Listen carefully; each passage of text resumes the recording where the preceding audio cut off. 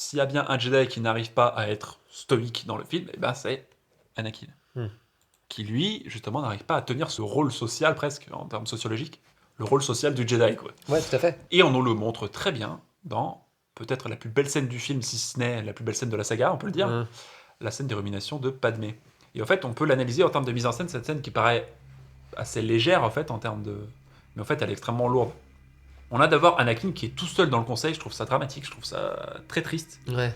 De le voir attendre comme ça tout seul le retour de Mace Windu Tout à fait. comme un espèce de gamin mis au coin, tu vois. Bien sûr. Comme je disais aussi d'un point de vue dogmatique, c'est qu'il a besoin d'un dogme, en fait, il a besoin d'une espèce d'encadrement, et en même temps... Oui, il est pas renvoyé n'importe où, quoi. Il est renvoyé dans la chambre du conseil. Exactement. Et même, je veux dire, Obi-Wan n'est pas là. Oui. Donc en fait, il est complètement seul, en fait. C'est ça. Il y a une énorme solitude sur les premiers plans de cette scène-là. Donc il attend le retour du coup de Maître Windu qui est allé arrêter Palpatine. Le doute l'habite avec ses pensées qui se révèlent au son. Et qu'est-ce qu'il fait? Il commence par se lever. Il regarde derrière à travers la baie vitrée. Donc là, c'est vraiment très clair. Il ne tient pas son rôle. Il ne tient pas assis sur son rôle, sur son siège de Jedi. Ouais. Il se lève et il regarde quoi? Il regarde dehors. C'est clair comme de l'eau de roche, quoi. Ouais. C'est fou d'avoir besoin de le rappeler, mais je trouve ça assez fou.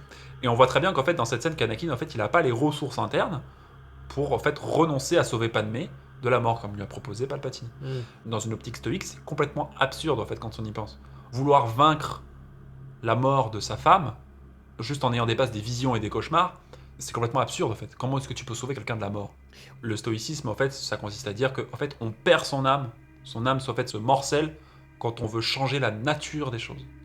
Vouloir changer la météo, vouloir vaincre la mort, hein, c'est quand même un peu ça la marque de la tragédie, et ben en fait c'est la marque d'un héros qui est en trouble, qui est fragile. Et en plus on le voit pleurer à la fin, on voit très bien qu'il y a une énorme fragilité chez Anakin. En fait elle se déploie sur cette scène où on a l'impression qu'en fait Anakin fait son choix en fait. C'est un peu le point de rupture, un peu le point de non-retour en fait de la saga. Bah là c'est un peu le dernier pas vers le côté obscur en fait. Oui, tout à fait, tout à fait. Si on exclut évidemment l'assassinat de Mace Windu.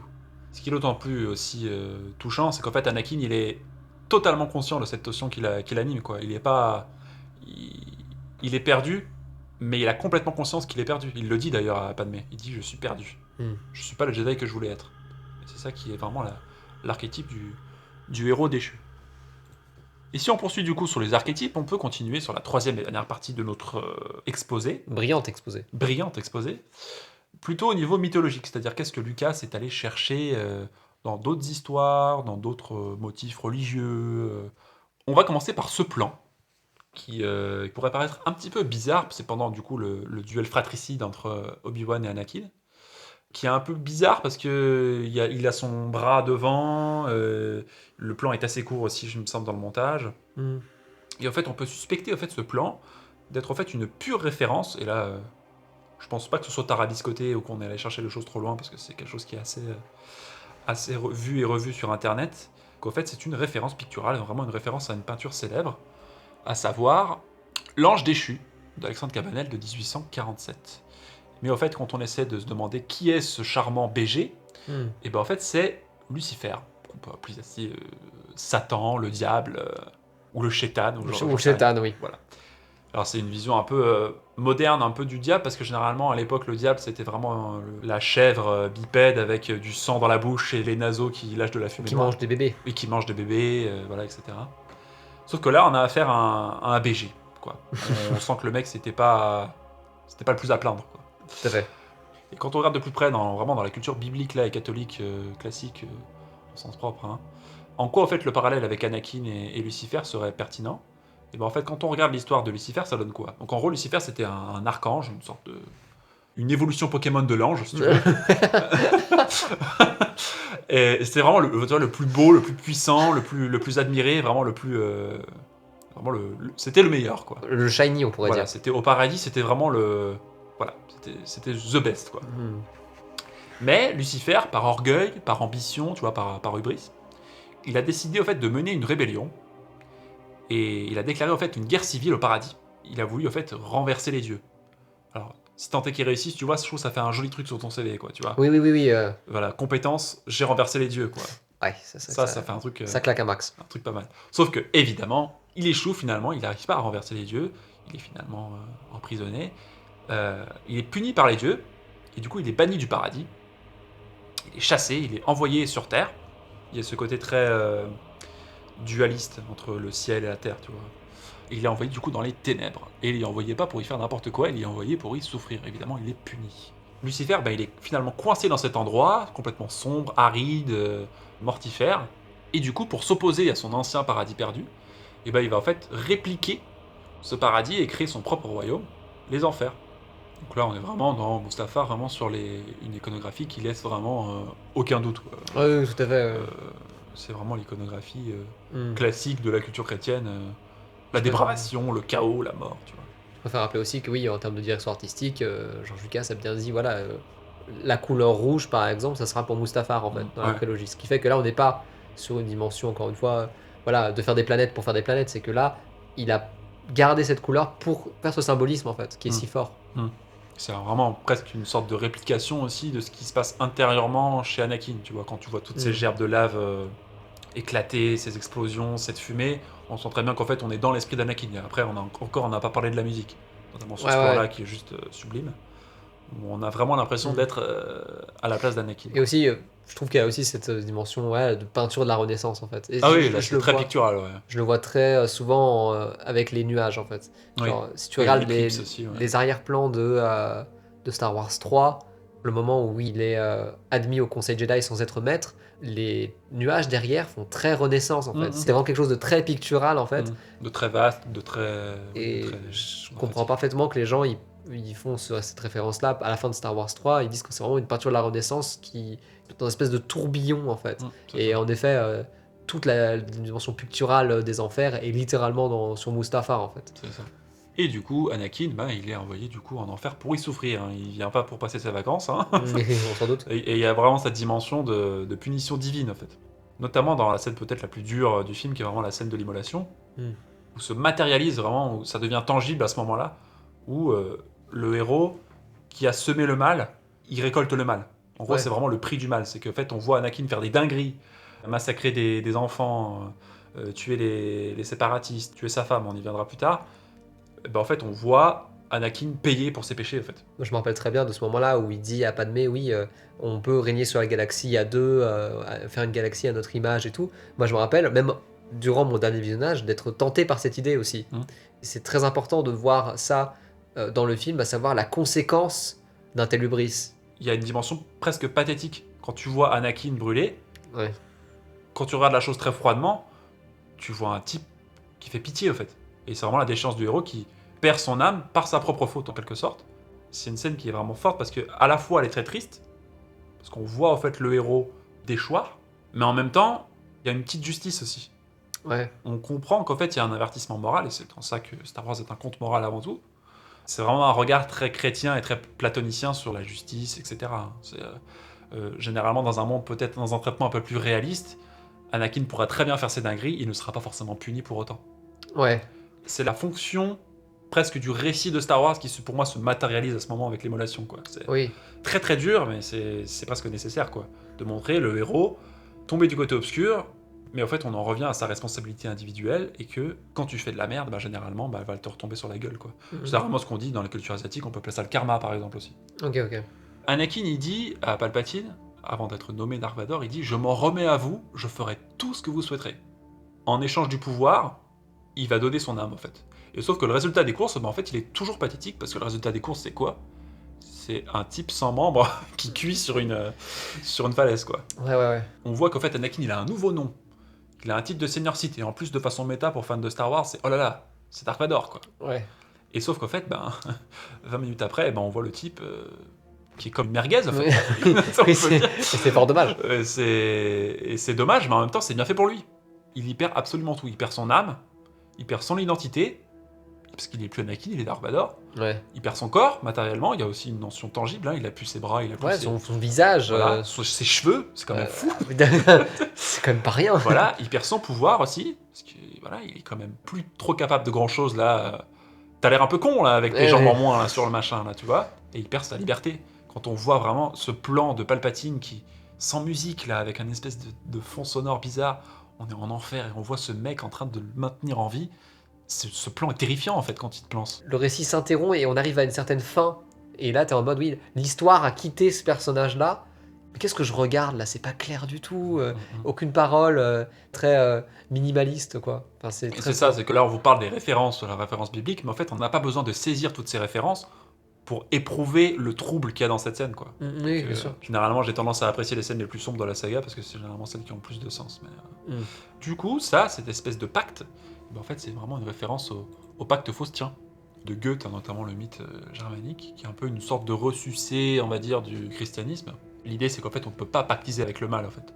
Le mal va toujours fausser la relation en fait en quelque sorte. Tu vas toujours être manipulé en voulant sacrifier ton âme en quelque sorte. C'est un peu une sorte de critique du contractualisme, quoi. Et si on continue encore sur la littérature germanique, la scène que tout le monde aura retenue dans Star Wars 3, c'est quand même l'avènement de Dark Vador. Donc on peut rester en fait en Allemagne et la littérature gothique. Donc là on a affaire à quoi? On a affaire à un corps qui est sauvé, un espèce de mi-cadavre. Tu sais pas s'il va crever, il lui manque des membres, c'est assez... C'est pas reluisant, on va dire. Ouais. Il est maintenu en vie par des machines, là. On sent qu'il souffre, mais d'une douleur incroyable. On va le brancher de partout avec des tuyaux, des machins, artificiellement pour le maintenir en vie. Pour finalement le voir complètement soumis à son maître à la fin, parce qu'on sent qu'il est presque emprisonné. Je trouve que cette image aussi des bras fixés sur le plan de travail, je trouve que c'est assez fort aussi avec les menottes. C'est assez clair en fait de montrer Vador comme ça, quoi. Qui est fait emprisonner par... qui est soigné mais emprisonné en même temps, tu vois, c'est un peu bizarre. Ce serait une référence au fait à Frankenstein. Un espèce de monstre de Frankenstein de Shelley, qui montrerait en fait une espèce d'aberration mort-vivante qui serait au service de son maître, et qui est complètement soumise mais qui au bout d'un moment va finir par se venger, quoi. Ce qui arrivera à Star Wars 6 finalement. La fin de Star Wars 3 est particulièrement violente. En effet, ces images, elles sont restées en nous depuis 20 ans maintenant, parce qu'il y avait une bonne utilisation, un bon dosage de tout ça en fait. Il n'y avait pas une dimension, encore une fois, trop gratuite de faire du spectaculaire ou pas. En fait, moi, quand tu me parles de ces analyses-là, je suis toujours dans cette dimension-là de tout avait un sens. Cette scène-là, vraiment sur la table d'opération, tout ça, en effet, moi, elle m'avait choqué. Surtout quand tu la vois enfant, hein, c'est souvent des scènes que tu vois enfant. Elles restent en toi parce qu'elles sont très symboliques et très iconiques en fait. Les gens généralement ils retiennent le plan latéral où on le voit respirer pour la première fois. C'est plus, on va dire, un plan qui va surtout être très exploité par le côté fandom. Mais le plan le plus terrifiant, c'est quand tu vois le masque descendre sur son visage en plan subjectif. Oui, bien sûr. Ils auraient dû enlever les petits trucs rouges. Moi, je trouve qu'un masque juste noir avec l'abîme au centre, ça aurait été encore plus flippant. Ça aurait pu, ouais. Donc là, oui, effectivement, là, on est vraiment au plein milieu du mythe de Vador, quoi. Si on parle de la prélogie en particulier, c'est parce que il y a eu la trilogie avant, en fait. Genre, rappelons-le, oui, la prélogie est sortie après, quoi. Les épisodes 4, 5, 6, puis 1, 2, 3. C'est l'ADN même de ces films, à savoir présenter une histoire finalement dont on connaît la finalité. C'est un peu ça le principe même de l'ironie dramatique, quoi. Les gens ils vont dire mais comment ça sert à quoi de regarder une histoire alors qu'on connaît la fin Je sais, il y a des gens c'est les gens qui comprennent pas quoi, qui comprennent pas ça, quoi. Et voilà, les gens qui t'ont dit oui pourquoi regarder Andorre, on sait très bien comment il va finir dans Rogue One. La question c'est comment, mon cher ami, en fait. Voilà, c'est pas quoi en fait, et c'est encore une fois une lecture je trouve trop Game of Thronesque de tout peut arriver, mais en même temps non, justement c'est très intéressant quand un récit est très enfermé en fait, qu'il y a beaucoup de choses à respecter, justement comment ça se passe en fait en vérité. L'ironie dramatique en fait de la prélogie est une des plus connues de l'histoire du cinéma parce que l'on sait que Anakin va devenir Vador en fait. La question c'est comment en fait, selon quelle modalité on pourrait dire. Imaginons un spectateur qui aurait vu que la prélogie et qui verrait la trilogie après coup, tout de même dans Star Wars 1, on peut le rappeler, Yoda dit l'élu, il se peut que l'enfant soit.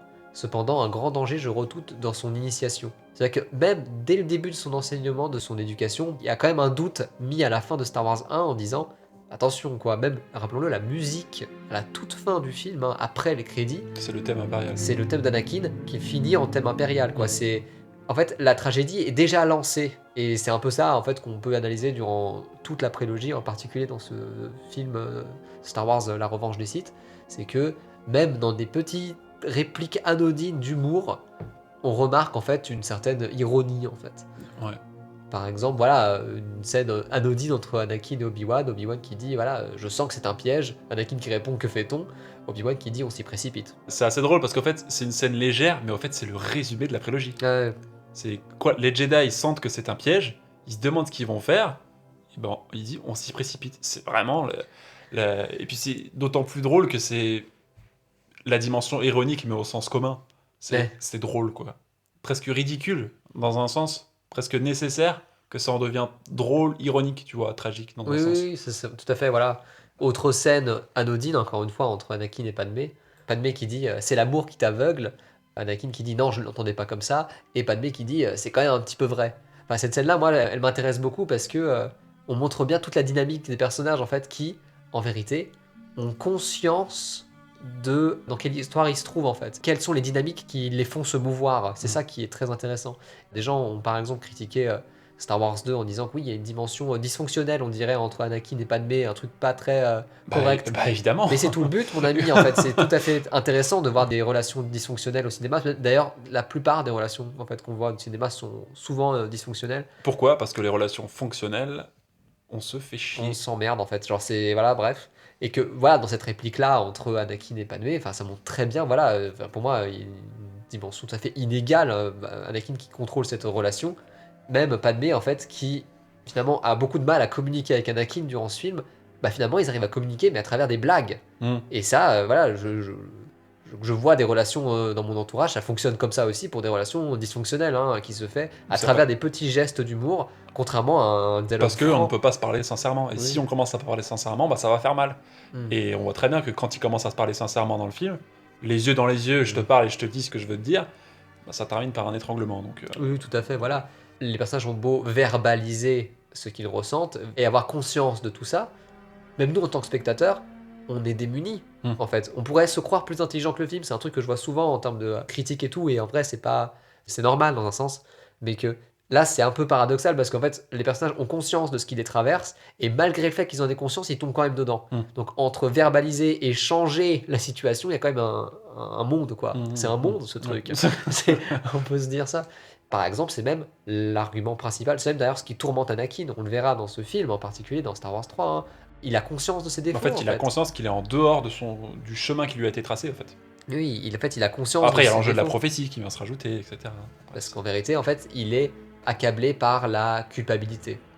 Et c'est ça aussi qui va être très fort au niveau de Palpatine, c'est qu'il va lui vendre une sortie. C'est ça aussi qui est... Une sortie de route, ouais. Une sortie, en fait, c'est pour ça qu'il voit en dehors du conseil, en dehors du dogme Jedi, parce que le dogme Jedi l'accable tellement dans sa vie, ne serait-ce que d'un point de vue intime, c'est une torture constante. Résumons l'histoire de Star Wars 3 rapidement. Rappelons en fait que Anakin, dans un premier temps, tue le comte Dooku, mais il va quand même regretter juste après, en fait. Il est quand même... Et voire même juste avant. Bah, même juste avant, d'ailleurs, il le fait.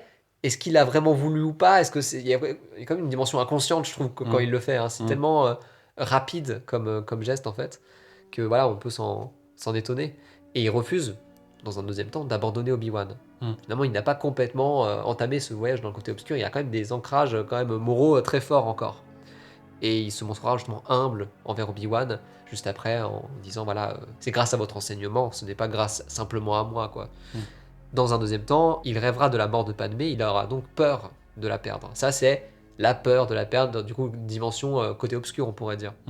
Mais il confie ses anxiétés, malgré tout. Il se livre. Il essaie de trouver un entre-deux quand même. Il cherche une solution, quoi. Comme on l'a dit, il acceptera tout de même l'offre de Palpatine en disant que voilà, c'est ce qu'il veut. Il veut être maître au Conseil Jedi, quoi.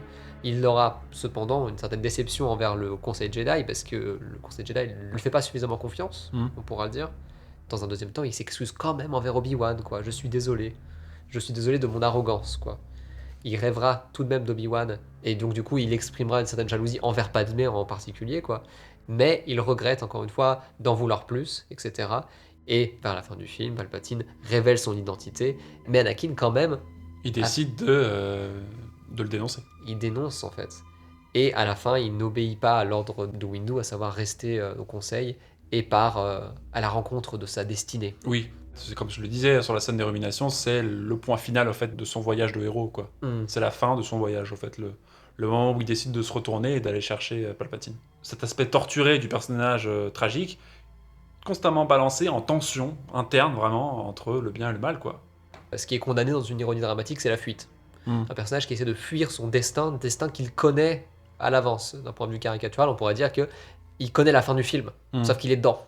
Donc comment tu fais pour le fuir ? Et finalement, c'est même en le fuyant qu'il s'accomplit, au lieu de l'accepter. La question c'est comment est-ce que ça va arriver malgré le fait qu'il essaie de le fuir en fait. Mhm, C'est mhm. tout l'intérêt d'une ironie D'une dramatique tragédie, ouais. et d'une tragédie en tant que telle quoi. Toute l'ambition d'Anakin pendant le film, c'est de sauver sa femme.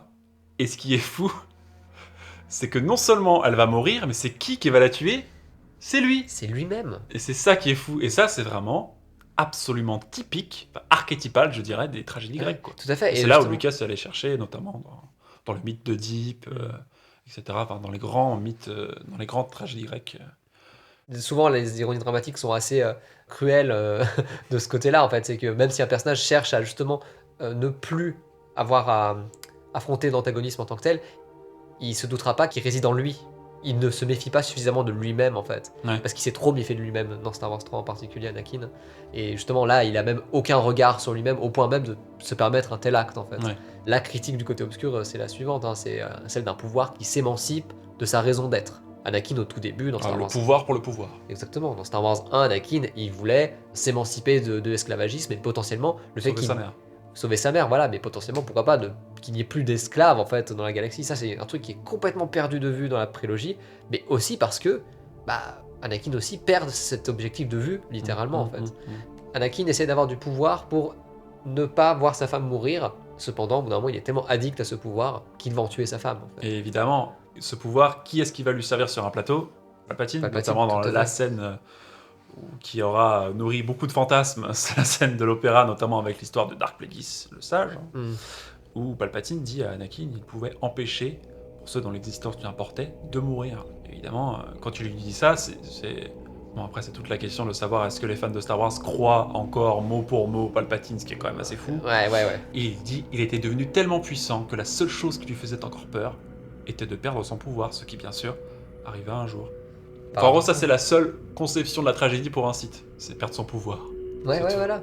Alors que ça revient au-delà. Et tout à fait. Et c'est incroyable aussi à quel point, justement, c'est Palpatine qui avertit Anakin concernant cette potentielle soif du pouvoir aussi.